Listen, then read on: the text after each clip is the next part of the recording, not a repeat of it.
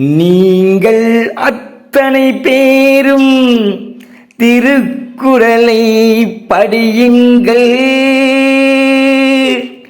நீங்கள் அத்தனை பேரும் திருக்குறளை படியுங்கள். நன்றாய் அதனை படித்து வாழ்க்கையிலே உயருங்கள்.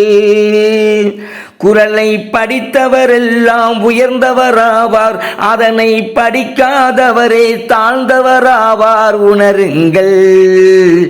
என்ன என்ன வேண்டும் உனக்கு, எல்லாம் குறளில் அடங்கியிருக்கு பாருங்கள். நீங்கள் அத்தனை பேரும் திருக்குறளை படியுங்கள். நன்றாய் அதனை படித்து வாழ்க்கையிலே உயருங்கள். உயர்வான கருத்தெல்லாம் திருக்குறளில் இருக்கு. அதை தினந்தோறும் படித்தாலே புகழ் சேரும் உனக்கு. உன் வாழ்க்கைக்கு தேவையெல்லாம் அதிலே தான் இருக்கு. அதை படித்தால்தான் அதன் பெருமை புரியுந்தான் உனக்கு. இனமும் மதமும் குறளில் இல்லை, எந்த கடவுளின் பெயரையும் சொல்லவும் இல்லை. கேளுங்கள். குறளை எல்லா மதமும் ஏற்றுக்கொள்ளுது. இந்த உலகம் அதனை போற்றி புகழுது பாருங்கள். நீங்கள் அத்தனை பேரும் திருக்குறளை படியுங்கள். நன்றாய் அதனை படித்து வாழ்க்கையிலே உயருங்கள். இடுக்கண் அழியாமை என்ற அதிகாரம் பாரு. அது துன்பத்தை கண்டு கலங்காதே என்கிறது கேளு.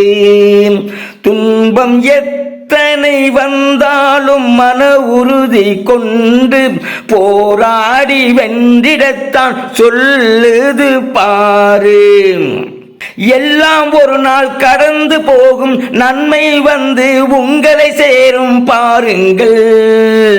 தர்மம் என்றும் வெல்லும் என்று இறைவன் மீது நம்பிக்கை கொண்டு வாழுங்கள். நீங்கள் அத்தனை பேரும் திருக்குறளை படியுங்கள். நன்றாய் அதனை படித்து வாழ்க்கையிலே உயருங்கள். குறளை படித்தவரெல்லாம் உயர்ந்தவராவார், அதனை படிக்காதவரே தாழ்ந்தவராவார். உணருங்கள். என்ன என்ன வேண்டும் உனக்கு, எல்லாம் குறளில் அடங்கியிருக்கு பாருங்கள். நீங்கள் அத்தனை பேரும் திருக்குறளை படியுங்கள். நன்றாய் அதனை படித்து வாழ்க்கையிலே உயருங்கள்.